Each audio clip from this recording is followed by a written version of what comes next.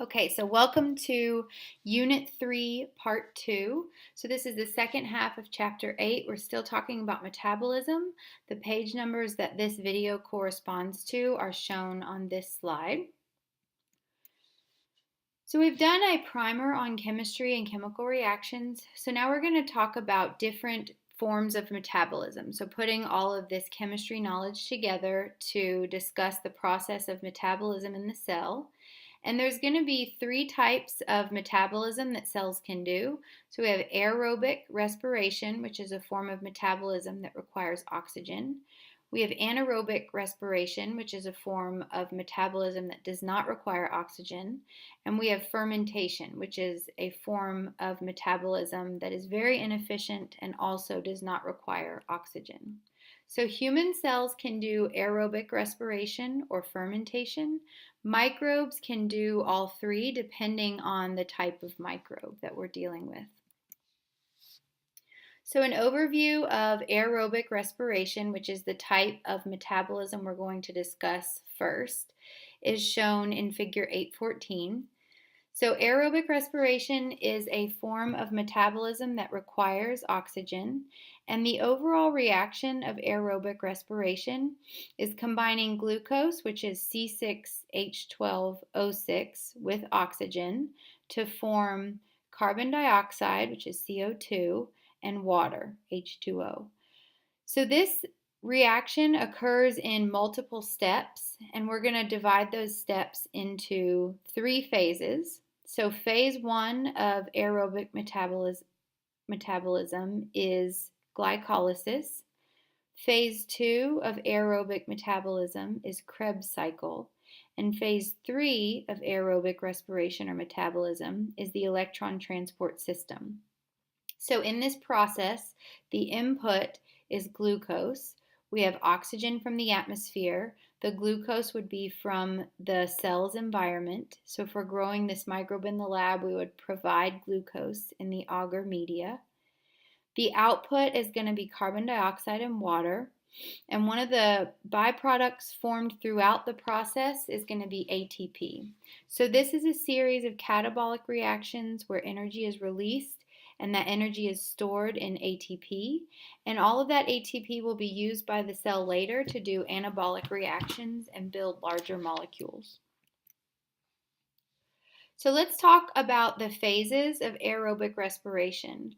So the first phase is glycolysis. So in this box is everything you'll need to know on your quizzes and exams about glycolysis. So mainly the overall input and the overall output, molecules formed with respect to ATP and NADH, which is an electron carrier, where it occurs, and then any other details about it will be in this box. So glycolysis is the first phase in aerobic respiration. The input is glucose. The goal is to make ATP.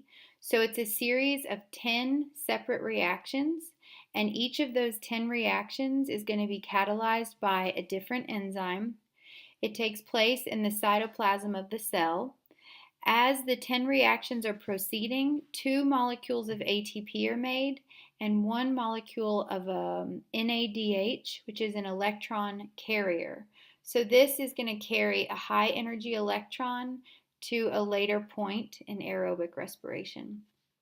After the 10 reactions have been completed, the final product is pyruvate. So pyruvate is input into phase 2 of aerobic respiration. And the pyruvate enters a series of 8 reactions that occur in a cycle. The end of the 8 reactions forms the product oxaloacetic acid.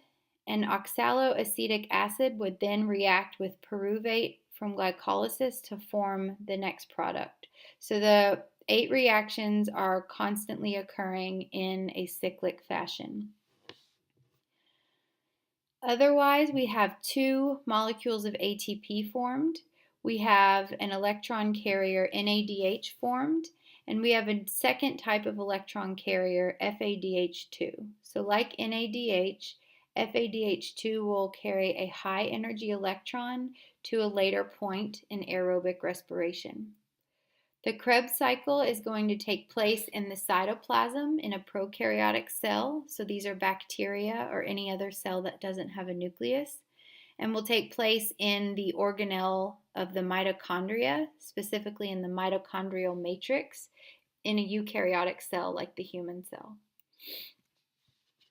The third phase of aerobic respiration is the electron transport system. So in the electron transport system, we have the electron carriers NADH and FADH2 that were formed in glycolysis and Krebs, bring high energy electrons to this transport system, and those molecules will be reduced in a redox reaction. So shown here we have the redox reaction written out. So NADH will combine with oxygen and transfer electrons to oxygen. So NAD plus is formed and water is formed. So NADH plus O2 yields NAD plus water. So in this redox, NADH is reduced to NAD plus and O2 is oxidized to H2O. We have the same thing happen to FADH2, which was formed in the Krebs cycle. It undergoes a redox reaction. So we have FADH2 combined with O2 to yield FAD and H2O. So in this redox reaction, FADH2 is oxidized to FAD, so it loses its electrons and hydrogens, and O2 is reduced to H2O. It gains electrons and hydrogens. In the electron transport system, we get the biggest payoff. So 34 ATP are made in this phase of aerobic respiration in the cell. It takes place in prokaryotic cells like bacteria at the cell membrane, and in eukaryotic cells like the human cell, it takes place in the inner membrane of the mitochondria. If we look at the electron transport system up close, I have a link to a video that brings this into motion. So in this image from your book, we are in a gram-positive bacteria cell. So the thick purple layer is the cell wall comprised of peptidoglycan.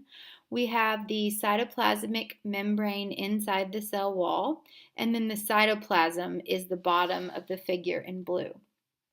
So at the starting of the electron transport system, we have electron carriers come to bring high energy electrons. So in this case, we have NADH, which was formed in either glycolysis or the Krebs cycle, come to the electron transport system at the cell membrane of this bacteria cell.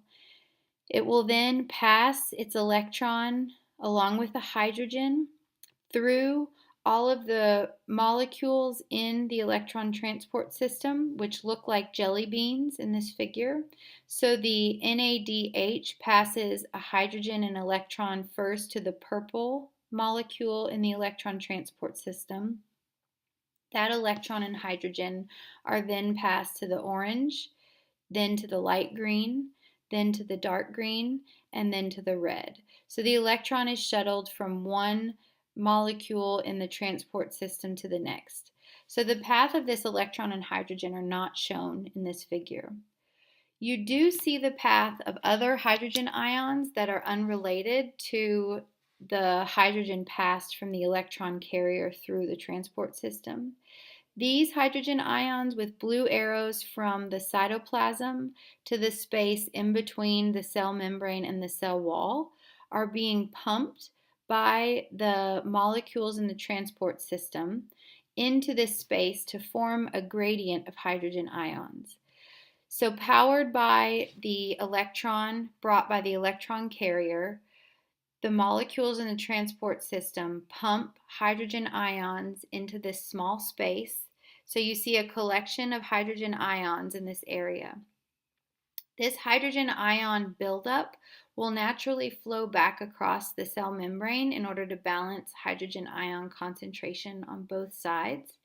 When the hydrogen ions flow back towards the cytoplasm, they flow through a tunnel made by ATP synthase, which is a molecule that is an enzyme capable of making ATP by adding a phosphate onto ADP. So the ATP synthase is powered by the hydrogen ion gradient that is made by molecules in the transport system, pumping hydrogen ions, and the source of the pumping power is from the electron brought by the electron carrier. At the very end of the transport system, the electron that's been passed from the electron carrier NADH through all of the molecules or jelly beans in the transport system, the electron will eventually be accepted by oxygen to form water, as you can see in the bottom right of this figure. So because oxygen is the final electron acceptor in this transport system, the whole process requires oxygen.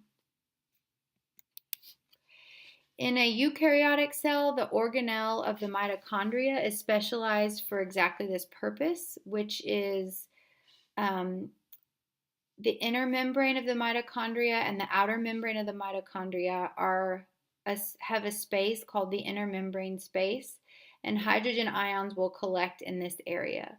So in the electron transport system of a eukaryote, the molecules are embedded in the inner membrane space, as you can see in the close-up image in this figure, and the hydrogen ions will collect in this inner membrane space between the inner and outer mitochondrial membranes. So it occurs very similarly, it's just in a specific organelle, whereas in the prokaryotic cell, it's at the cell membrane.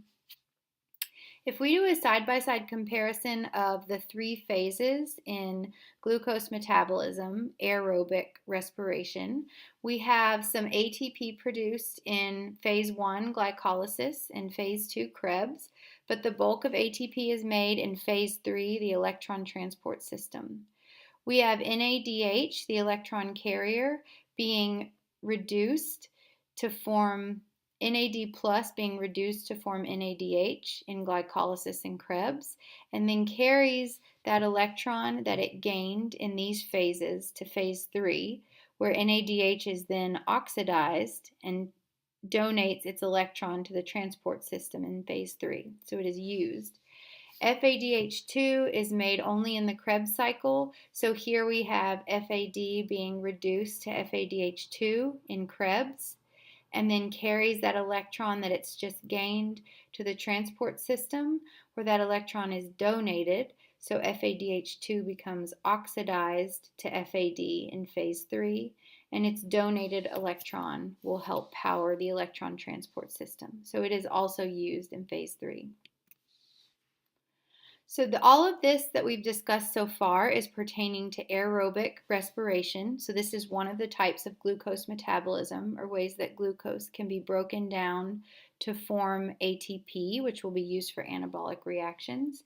There are two other types that both don't require oxygen, so we'll just compare those with aerobic respiration.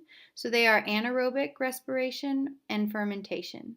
In all three cases, the input is glucose, and in all three cases, the goal is to make ATP from energy extracted in catabolic reactions from glucose. So side-by-side comparison, we have aerobic respiration with its three phases, glycolysis, Krebs, and electron transport system. At the end of aerobic respiration, we have oxygen as the electron acceptor, and the overall energy yield is 36 to 38 ATP molecules per molecule of glucose. Compared to anaerobic respiration, we have a lot of similarity in that anaerobic respiration has three phases, glycolysis, Krebs, and electron transport system. They look identical, with the only difference being that the electron acceptor at the end of the transport system is a non-oxygen compound. So anaerobic respiration is slightly less efficient because oxygen is the best electron acceptor. So anything else does a slightly less efficient job. So the overall energy yield of anaerobic respiration is 2 to 36 ATPs per molecule of glucose. Third type of glucose metabolism is fermentation. And fermentation only has phase 1, glycolysis, so is the most inefficient, For each molecule of glucose, only 2 ATPs are formed. So in anaerobic and aerobic respiration, the only difference between those two is at the very end. So we had aerobic respiration with oxygen as the electron acceptor combining with an electron to form water. In anaerobic respiration, we have two example electron acceptors, although there are many. These are nitrate and sulfate. So NO3 can accept an electron in some cells doing anaerobic respiration, or SO4 can accept an electron in other cells doing anaerobic respiration. So the result of this non-oxygen electron acceptor is that anaerobic respiration is slightly less efficient. So its electron transport system doesn't yield as much ATP as in aerobic respiration. So side-by-side comparison of the three types of glucose metabolism. We have aerobic respiration requiring oxygen and yielding 38 ATP per molecule of glucose. Anaerobic respiration does not require oxygen and yields 2 to 36 ATP per molecule of glucose.